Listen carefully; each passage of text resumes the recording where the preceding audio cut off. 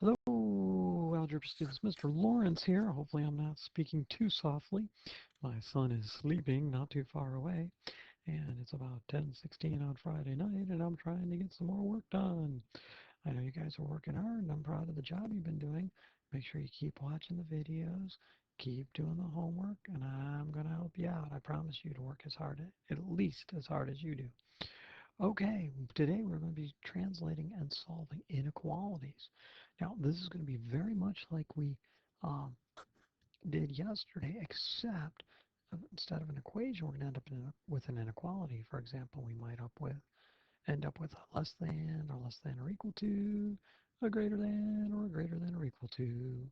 And they're solved very much the same way as equations are, except for one small thing you have to be careful of, and I'll point that out. It's going to happen in problems 3 and 4. All right, so let's get down to this. I see problem number 1 here says 5 less than 3 times a number is at most 10. Well, 5 less means I'm going to do minus 5, right? And 5 less than what? Well, I need 3 times a number. The number's going to be x. I need 3 times that. Now, is that most? So let me put this down here. 3x minus 5 and 10. Now, we got to read this carefully. This side, at most, can be 10. Can't be more than 10. Can't be 10 and 1/10. Can't be 11. Can't be 12. Could be 9. Could be 8. Its maximum value is 10. So this side here must be less than 10. Now, you got to ask, is it equal? Could it be equal to? Well, it's at most 10. Could it be 10? Sure. So when I say is at most, we're going to get a less than or equal to. And of course, there's the 10. Okay, now that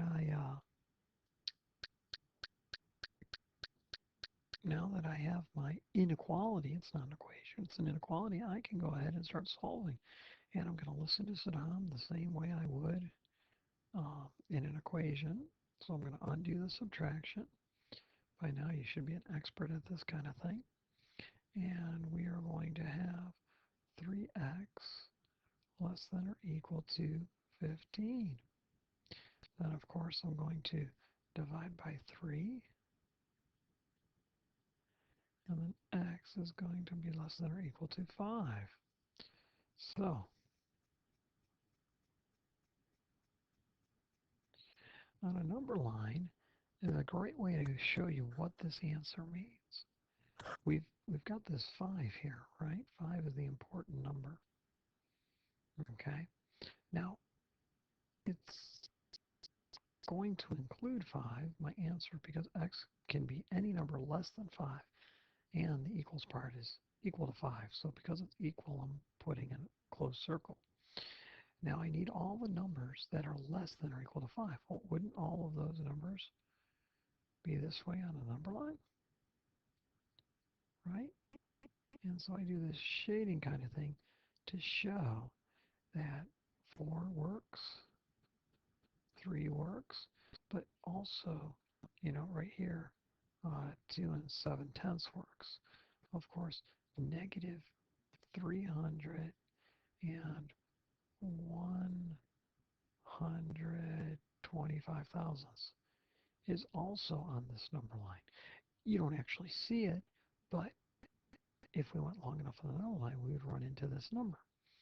Okay, so I did my translating, I solved, and then I used an inequality, a graph on a number line to represent all the possible solutions.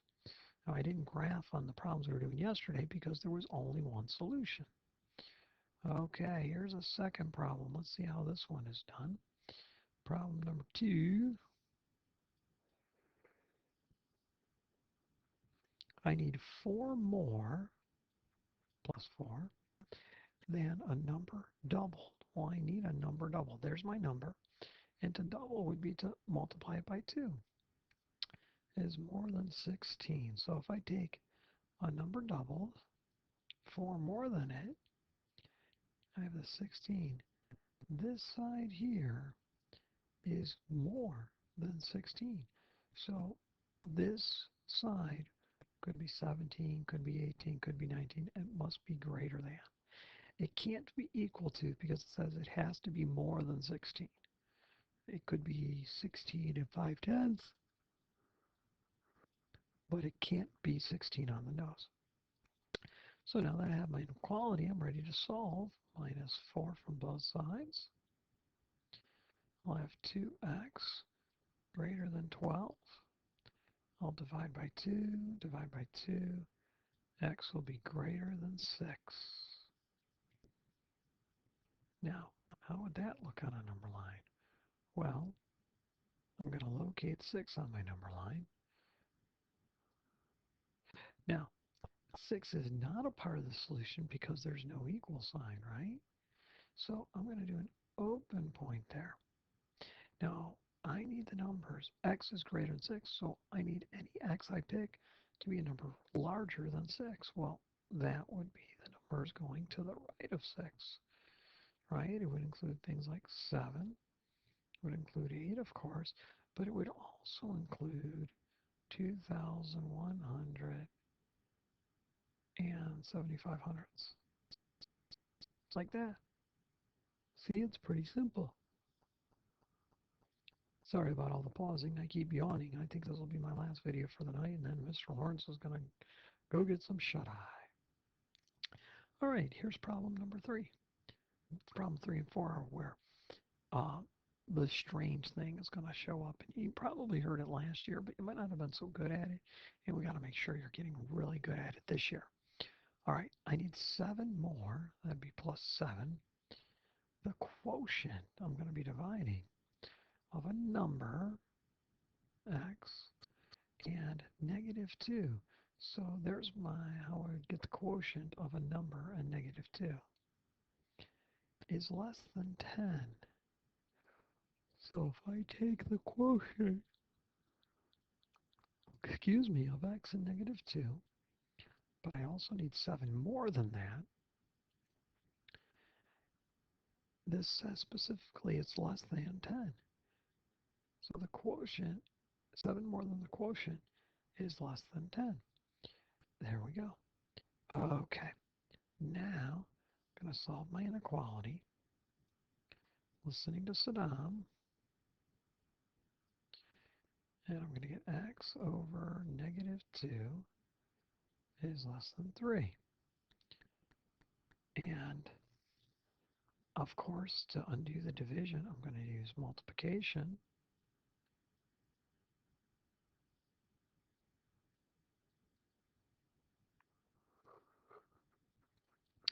And here's where the strange part comes in. This happens whenever you multiply or divide by a negative. Whenever you multiply or divide by a negative. Whenever you multiply or divide by a negative, you flip the symbol. The symbol. Inequality changes directions. The blank or blank switches directions. Whenever you multiply or divide by a negative, the inequality changes directions. So the less than becomes greater than, and the greater than would become less than.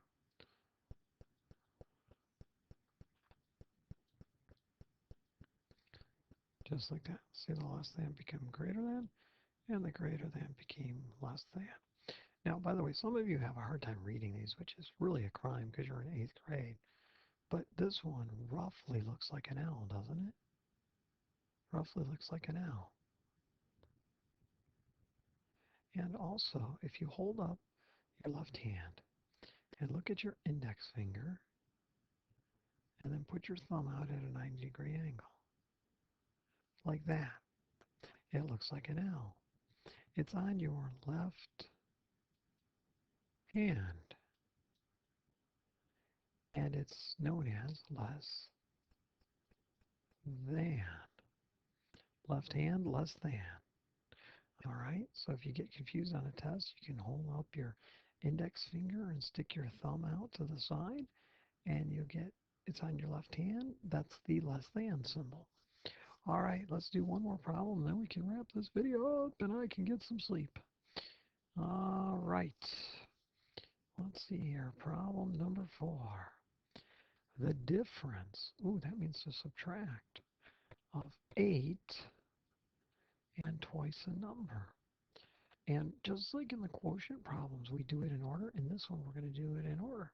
So the difference is going to be 8 minus 2x. It says is greater than 24. So I'm going to get rid of this 8 by subtracting. And I'm going to have negative 2x greater than 16. And then I'm going to divide by negative 2. And then x is going to be less than.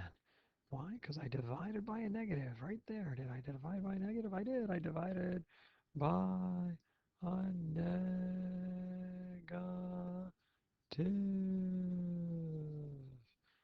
That caused my inequality to change directions. That happens whenever you multiply or divide by a negative. Now, by the way, I've only said that like 85 and a half times. Have you written it down? I hope so. 16 divided by negative 2 would be negative 8. Oh, you know what? I didn't go and put my answers on the number line for problem 3. Pardon me. I'll do problem 4, and then I'll go back to the number line. So I find negative 8. I don't see an equals, so I have an open circle, an open point. Now I need the numbers less than negative 8. Well, don't numbers get smaller as you move left? Is it like negative 10? Isn't that less than negative 8? Sure it is. So let's go to the left like that. And that's the solution set right there, a picture of the solution set. Let me go back to this one here. We had x is greater than negative 6. So to get the picture of it, I will identify negative 6. And it doesn't say equals to, so it's going to be open. And I need the numbers greater than negative 6. Well, isn't 10 greater than negative 6? And 10 is way over here on this number line, so I'm going to shade towards 10. And there you go. Pretty simple stuff. All right, Mr. Lawrence signing off. Good night, everyone.